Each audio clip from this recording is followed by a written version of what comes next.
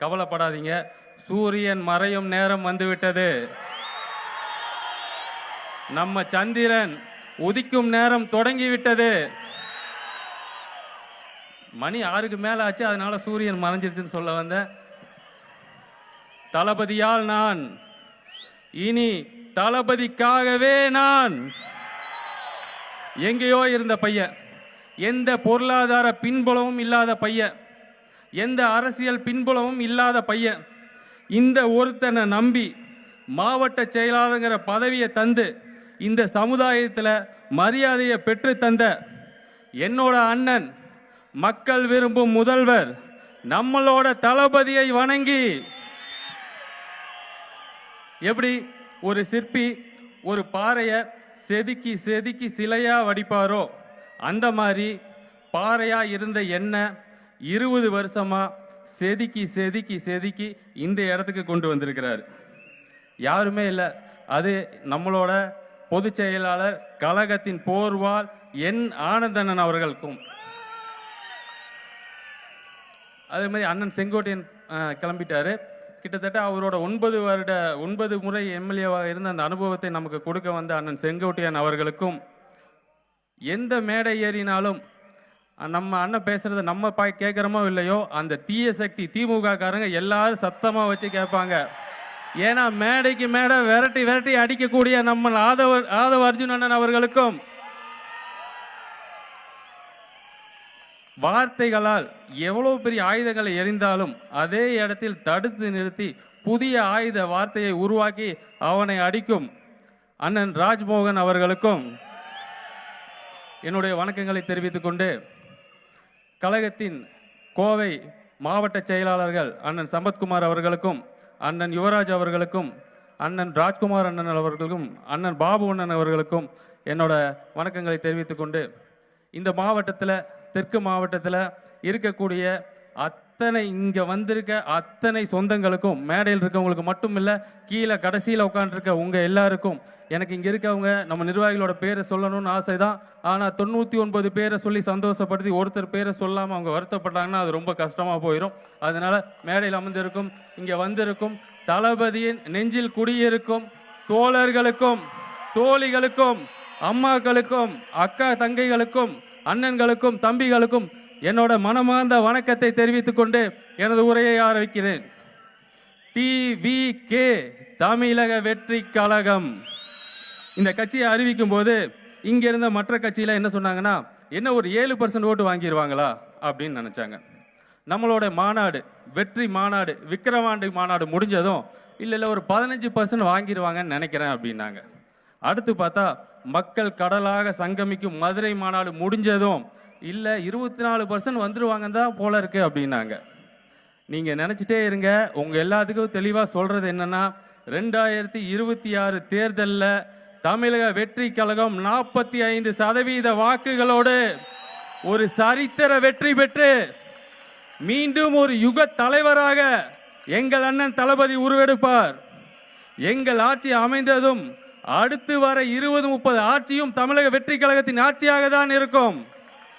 இனி 2026 தேர்தலுக்கு பிறகு நம்ம அமைக்க போற சர்க்கார் மக்களுக்கான சர்க்காராக அமையும்.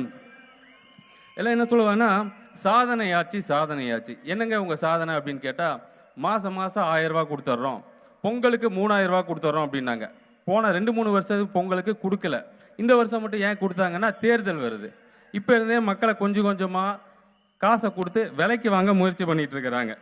நீங்களாம் கொஞ்சம் சிந்திச்சு பாருங்களேன். 2020 இருந்த விலைவாசி இப்போ இருக்கா? 2020 இருந்த கரண்ட் பில்லு இப்போ இருக்கா? 2020 இருந்த சிலிண்டர் விலை இப்போ இருக்கா?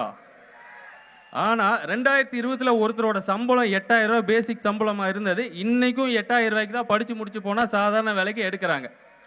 என்னைக்கும் விலைவாசி உயரும் போது நம்மளுடைய சம்பளமும் உயர்ந்தா தானே அது ஒரு சரியான முறையாக இருக்கும். ஆனால் விலைவாசி மட்டும் உயருது அப்படின்னு சொன்னால் இது எங்கேயோ தப்பு இருக்குன்னு தானே அர்த்தம். எங்கேயும் தப்பு இல்லைங்க. இங்கே இருக்க இந்த ஊழல் அரசியல்வாதிகளும் தீய சக்தி அரசியல்வாதிகளும் தான் இதை இவ்வளோ தூரம் கொண்டு வந்தாங்க. யோசிச்சு பாருங்க, பால் விலை உயர்ந்துருச்சா? பருப்பு விலை உயர்ந்துருச்சா, எண்ணெய் விலை உயர்ந்துருச்சா, இப்படி குழந்தைங்க குடிக்கிற பால்ல இருந்து, பருப்புல இருந்து, அரிசி விலை, எண்ணெய் விலை, சிலிண்டர் விலை, பெட்ரோல், காய்கறி, பத்தாவதுக்கு சொத்து வரி, வீட்டு வரின்னு எல்லாத்தையும் ஏற்றி வச்சுட்டு இன்னமும் அந்த 1000 ரூபா மாசம் வருமானு ஏக்கத்தோட என் மக்களை காக்க வச்சிருக்கீங்கள, இதுதான் உங்களோட சாதனை. இதுதான் எங்க வறுமையை இன்னும் அதிகமாக்கிட்டே இருக்கிறீங்கல்ல, இதுதான் உங்களோட சாதனை. இன்னும் கொஞ்சம் கேட்டா, ஏன் நாங்கள் கோயம்புத்தூர்ல செம்மொழி பூங்கா கட்டலையா, ரேஸ் கோர்ஸ்ல வாக்கிங் போறதுக்கு ஒரு ஏரியா பண்ணலையா, அங்க வைஃபை உருவாக்கலையா அப்படிம்பாங்க. அதே நேரத்தில் தான் மலுமிச்சம்பட்டின்னு இந்த பகுதி, கிணத்துக்கடவு தொகுதிக்குள்ள இங்க இருக்க பகுதி, இங்க இருக்க மக்களுக்கு தெரியும், மாசத்துக்கு ஒரு முறை தாங்க குடிநீர் வருது. மாசத்துக்கு ஒரு முறை வருது. அந்த மக்கள் கிட்ட கேட்கிறோம், ஏங்க ஒரு மாசத்துக்கு ஒரு தடவை குடிநீர் வந்தா அந்த குடிநீரை நீங்க காய்ச்சி சூடு பண்ணி அதெல்லாம் பாதுகாப்பாக தானே குடிக்கிறீங்கன்னா, நாங்களே தினக்கூலிக்கு வேலைக்கு போறோம், நாங்க எங்க அந்த பாதுகாப்பு சூடு பண்றதெல்லாம் குடிக்கிறதுன்னு. ஒரு குழந்தை கை குழந்தையிலிருந்து அந்த தண்ணியை, ஒரு மாசத்தோட தண்ணியை குடிச்சிட்டு வந்தா அந்த குழந்தையோட ஆரோக்கியம் என்னவா இருக்கும்? நாங்க உங்ககிட்ட என்ன கேட்கிறோம் அப்படின்னா, எங்க வயிற்றுக்கு சோறு போடுங்கன்னு கேட்கிறோம். நீங்க என்ன பண்றீங்கன்னா, உனக்கு பட்டு வேட்டி சட்டை வந்து ரெடி பண்ணி வச்சிருக்க போட்டுக்கோங்கிறீங்க. எனக்கு திங்க சோறே இல்லையே, அந்த வேட்டி சட்டையை போட்டால் என் தோற்றம் எப்படி இருக்கும்? எனக்கு இப்போ என்ன தேவை? எனக்கு அடிப்படை தானே தேவை. எனக்கு நல்ல தண்ணி தேவை, நல்ல சாலை தேவை. இதை கொடுக்கறதுக்கு இங்கே நேரம் இல்லை. அதே மாதிரி பார்த்தீங்கன்னா, அதே மாதிரி இந்த பாலம் நிறையா கட்டிட்டேம்பாங்க. நம்ம ஏரியாவுக்குள்ளே இருக்க பாலத்தெல்லாம் பார்த்துருக்கீங்களா? போய் அடியில் மக்கள் படுத்து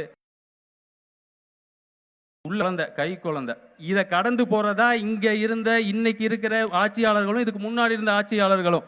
உங்களுக்கு கொஞ்சமாவது மனசாட்சி இருந்தா ஒரு 10,000 ரூபாய் செலவாகும்ல, ஒரு 10,000 ரூபாய் செலவு பண்ணி அந்த மக்களுக்கு கொடுத்து நீ போய் இந்த ஒரு பாதுகாப்பான ஹோம்ல கிடையாதுங்க.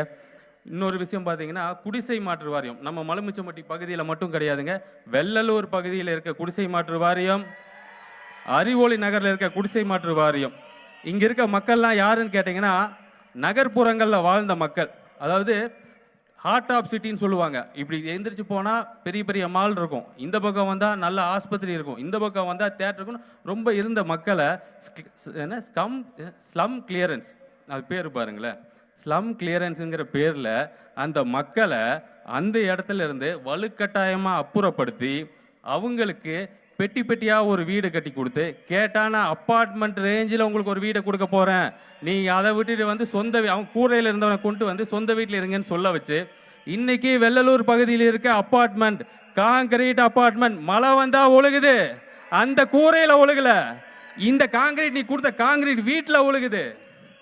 அந்த இடத்துல அந்த வெள்ளலூர் பகுதியில் பார்த்தீங்கன்னா சமுதாய கூடம் இல்லை. இப்படி நீங்க குடிசை மாற்று வாரியத்தினால இப்படி கட்டி கொடுக்குறீங்கன்னா அந்த இடத்துல ஒரு சமுதாய கூடம் இருக்கணும், ஒரு மருத்துவமனை இருக்கணும்ல, அது நீங்க பார்க்கணும்ல, அதை நீங்க கண்டுக்க மாட்டேங்கிறீங்க.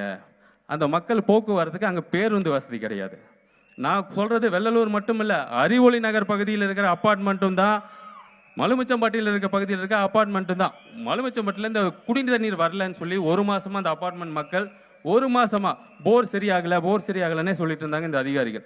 அப்போ அந்த மக்கள் வந்து தமிழக வெற்றி கழகத்தை பார்த்து சொல்லும் போது நாங்கள் சொன்னோம், நாளைக்கு அந்த ஆர்ப்பாட்டம் நீங்க எல்லாம் கூட வாங்க, எல்லாரும் தயாரா இருக்கும், நீங்க எப்ப வேணாலும் சொல்லுங்க அப்படின்னு சொன்னாங்க.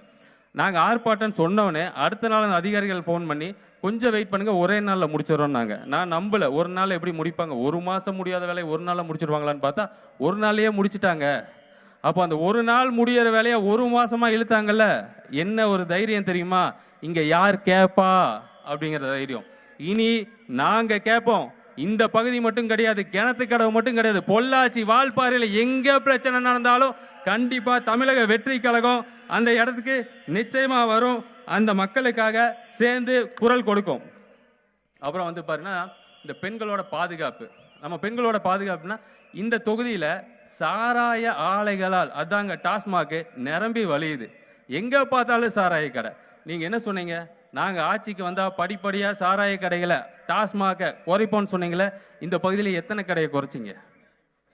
இன்னும் சொல்ல போனா 11 to 11ங்கிற பேர்ல ஆளும் கட்சி டிசைனா சாராய கடைகளை திறந்துட்டு தானே இருக்கிறாங்க. இத போய் கேட்டா மிரட்டுறாங்க. நீ வரக்கூடாதுங்கிறாங்க. நம்ம அதிகாரிகள்கிட்ட முறையிட்டா இந்த 11 to 11க்கும் இந்த சாராய கடைக்கும் வேகமாக வேலை செய்யக்கூடிய இந்த அரசு இயந்திரம் நம்ம ஒரு பர்த் சர்டிஃபிகேட்டுக்கோ டெத்து சர்டிஃபிகேட்டுக்கோ போனால் 10 நாள் கழிச்சுவா 15 நாள் கழிச்சுவா அலைய வர்றாங்க. அப்பவும் காசை வாங்கிட்டு மட்டும்தாங்க கொடுக்குறாங்க. அதனால் இந்த பெண்கள் பாதுகாப்பு, இந்த ஒயின் ஷாப் பக்கத்தில் கடந்து போகிறக்கே பெண்கள்லாம் நைட்டானா பயப்படுறாங்க. ஸ்மார்ட் சிட்டி, மாநகராட்சி பகுதி, கோயம்புத்தூர், இந்த இடத்துல இன்னும் குறிப்பாக சொல்ல போனால் இந்த பகுதியில் பெண்கள் அந்த ஒயின் ஷாப்பை தாண்டி போகிறதுக்கு பயப்படுறாங்க. என்ன, குடிகாரங்களாம் அங்கேயே குடிச்சிட்டு கெட்ட வார்த்தையில் பேசிட்டு அந்த இடத்துல அவங்களோட ஆடைகள் விலகி ஒரு மாதிரி படுத்து அதை பார்க்கறதுக்கே ரொம்ப வருத்தப்பட்டு மனக்குமுறலோடு அந்த பகுதியை போகிறதுக்கு தயங்குறாங்க.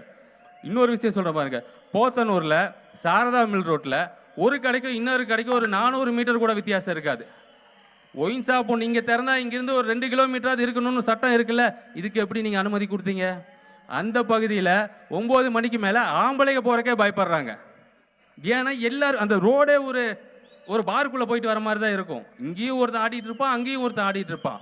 2 வீலரில் போகிறவன் இந்த ரோடை போகலாமா இல்லை சுற்றி போகலாமான்னு யோசிச்சுட்டு இருப்பான். ஸோ அந்த அளவுக்கு மோசமாக இருக்கிற ஒரு நிலைமை பெண்களோட பாதுகாப்பு. அது போக பார்த்தீங்கன்னா இந்த போதை பழக்கம், கஞ்சா புழக்கம், நம்மளோட பகுதியில் இருக்கிற ஒரு வீடியோ சமீபத்தில் உங்கள் எல்லாரும் பார்த்துருப்பீங்கன்னு நினைக்கிறேன். 16 வயது மாணவி கஞ்சா விற்கிறாங்க. அந்த மாணவிக்கு கஞ்சா எங்கே கிடைக்கும்? இது காவல்துறைக்கு தெரியாதா? ஒரு கூட்டம் போட்டால் ஒவ்வொரு இடத்துல இருந்து எத்தனை பேர் வருவாங்க, இவன் எங்கே இருக்கான், என்ன வேலை பார்க்குறான், இவன் குடும்பத்தில் எத்தனை பேரும் கணக்கெடுக்கக்கூடிய காவல்துறைக்கு கஞ்சா இங்கே கிடைக்கிறது இடம் தெரியாதான்? தெரியும், அவங்களும் நல்லவங்க தான். ஆனால் அவங்கள தடுக்கிறது யாருன்னா இந்த மறைமுக தீய சக்தியும் ஊழல் சக்தியும் தான். கூட்டணி வச்சுக்குவாங்க.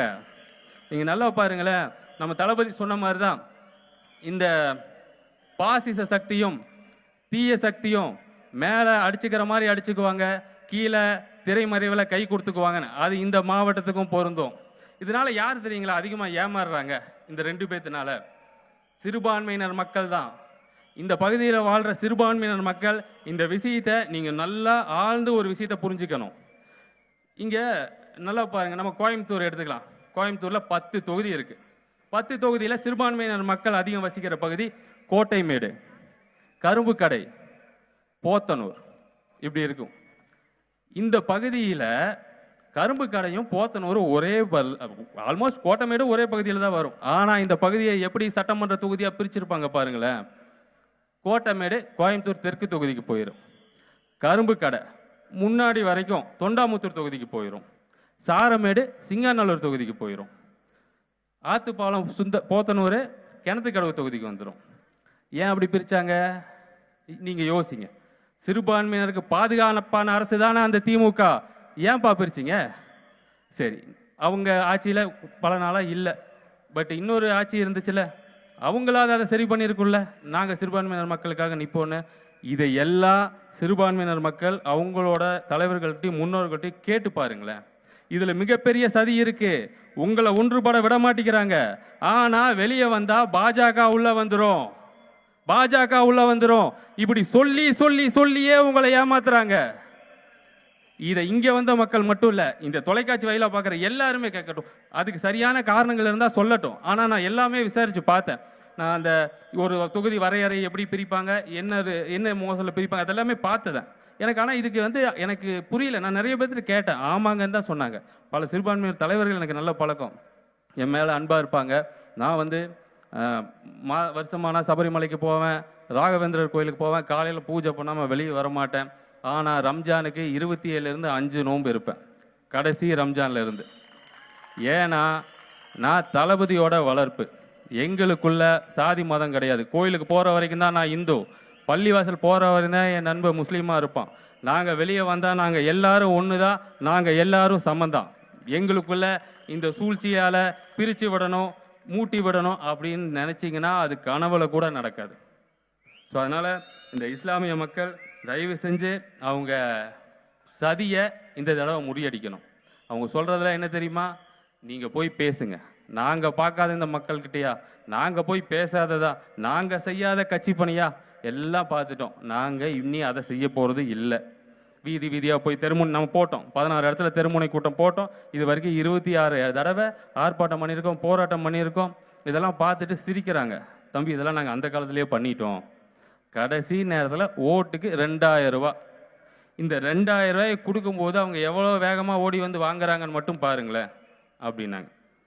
அது எப்படி இருக்குன்னா, உங்களை நம்பி இவ்வளோ வருஷமாக ஓட்டு போட்டோன்னா எவ்வளோ ஏளனமாக பார்க்குறீங்க நீங்கள். அந்த 2000 ரூபாய் கொடுத்துட்டா உங்களுக்கு இவங்க எல்லாம் அடிமை. கண்டிப்பாக தமிழக வெற்றி கழகத்தில் பணம் கொடுக்க மாட்டோம். இந்த கூட்டம் இங்கே வந்திருக்க பல பேர், பல கட்சிகள் வந்து நீங்கள் எங்கள் கூட்டத்துக்கு வாங்க அப்படின்னு சொல்லி கூப்பிட்டாங்க. தம்பி நாங்கள் போயிருக்கோம். எங்களுக்கு 300 ரூபாயும் கொடுத்துருக்காங்க, 500 ரூபாயும் கொடுத்துருக்காங்க, 700 ரூபாயும் கொடுத்துருக்காங்க, சாப்பாடு எல்லாமே கொடுத்துருக்காங்க. ஆனால் உங்கள் கூட்டத்துக்கு மட்டும் நான் பணம் வாங்கிட்டு வர மாட்டேன்.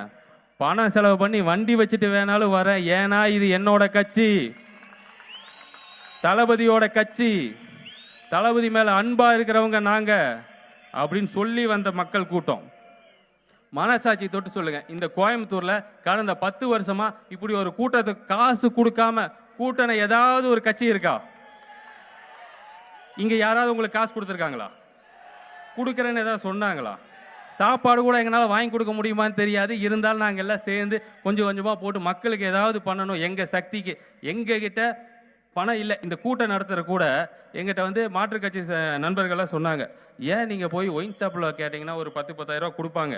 நம்ம பகுதியில் கிட்டத்தட்ட ஒரு 20-30 ஒயின் ஷாப் இருக்குது. அது போக இந்த கல்குவாரியை கேட்டிங்கன்னா அவங்க கொஞ்சம் பணம் கொடுப்பாங்கன்னாங்க. எதுக்கு இந்த பணத்தை வாங்கிட்டு 2024 நாங்கள் ஜெயிச்சிருவோம், அவங்ககிட்ட போய் இப்படி கை கட்டி நிற்கிறக்கா? அதுக்கா? நாங்கள் அதுக்கு வரலையே. என் தலைவர் சொல்லியிருக்கிறாரு, நான் ஊழல் பண்ண வரல, எனக்கு அது அவசியமும் இல்லை, என் கூட இருக்கவங்களையும் ஊழல் பண்ண விட மாட்டேன். அந்த கூட்டத்திலிருந்து வந்தவங்க ஒவ்வொருத்தரும் கடன் வாங்கியாவது இந்த மாதிரி கூட்டம் நடத்தி இந்த மக்களை கூப்பிட்டு ஒரு விழிப்புணர்வை ஏற்படுத்தி 2026 ஆட்சி மாற்றத்தை கொண்டு வந்து அடுத்து வரப்போற சமுதாயத்தை ஒரு நல்ல சமுதாயமா, நேர்மையான சமுதாயமா மாத்துறதுக்காக தான் இங்க வந்திருக்கோம். இவங்களாம் பாருங்களேன், எங்கேயாவது சமீபத்தில் ரேஷன் கடை கட்டுறதுக்கு ஆர்ப்பாட்டம் பண்ணன, ஒரு மருத்துவமனை கட்டுறதுக்கு ஆர்ப்பாட்டம் பண்ண எங்கேயாவது நடந்திருக்கா? பண்ண மாட்டாங்க. ஏன்னா நம்ம போய் கேட்டு பாருங்களேன், நடக்கவே நடக்காது. அதே மாதிரி இந்த ரோடு விஷயம் சொல்கிறேன் பாருங்களேன்.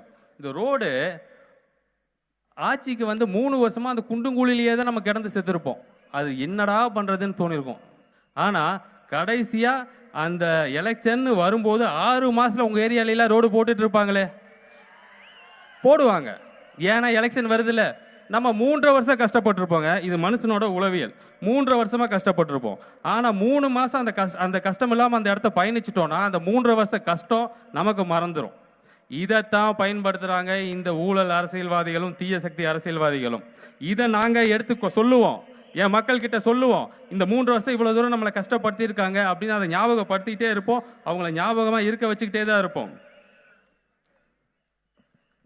அதே மாதிரி பார்த்தீங்கன்னா நம்ம ஏரியாவில் ரொம்ப பெரிய பிரச்சனை இந்த குப்பை கிடங்கு. என்னடா எப்போ பார்த்தாலும் குப்பை குப்பை குப்பை அப்படிங்கிறானே தான் எல்லாத்துக்கும் தோணும். இந்த பகுதியில் இந்த குப்பை கிடங்குலேருந்து 10 கிலோமீட்டருக்கு உள்ள யாரெல்லாம் சொல்கிறாங்களோ, நம்ம சிஎம்மாக இருந்தாலும் சரி, உயர்மட்ட அதிகாரிகளாக இருந்தாலும் சரி, 10 நாள் இந்த பகுதியில் வந்து வாழ்ந்து பாருங்களேன். அந்த குப்பை கிடங்குலேருந்து ஒரு 3 கிலோமீட்டர் 4 கிலோமீட்டர் நீங்கள் குடியிருங்களேன். 1 மாதம் வேண்டாங்க, 1 வாரம் இருந்து பாருங்க. உங்கள் குழந்தைய குடும்பத்தோடு வந்து பாருங்களேன். தினம் அந்த நாத்தத்தில் வாழ்ந்துட்டு இருக்கோம். எங்களால் அதை மறக்க முடியல. இதை எவ்வளவோ தடவை அடையாளப்படுத்திட்டோம். சரி, இதை சரி பண்ண முடியாதா?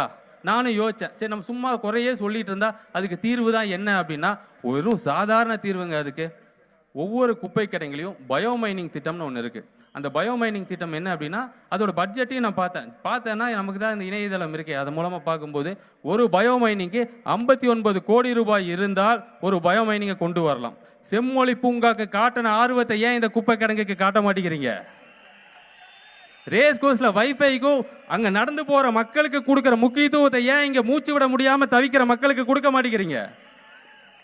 இது போக தேசிய பசுமை தீர்ப்பாயம் சொல்லியிருக்கு, நீங்க எம்சிசிங்கிற ஒரு கான்செப்டை உருவாக்குங்கன்னு.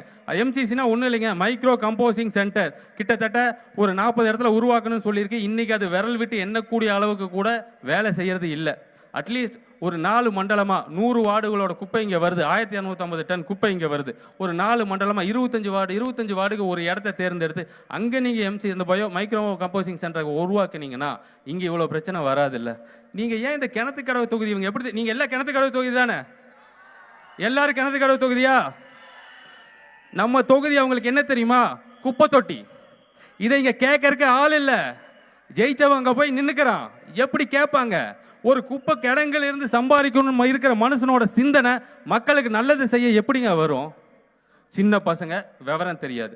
உண்மைதான், சின்ன பசங்க தான் எங்களுக்கு விவரம் தெரியாது தான். நாங்கள் எங்கள் தலைவரை மட்டும்தான் பார்த்தோம். அவர் கட் அவுட்டுக்கு மாலை போடுவோம். நாங்கள் காலையில் 4 மணிக்கு போய் படம் பார்ப்போம்.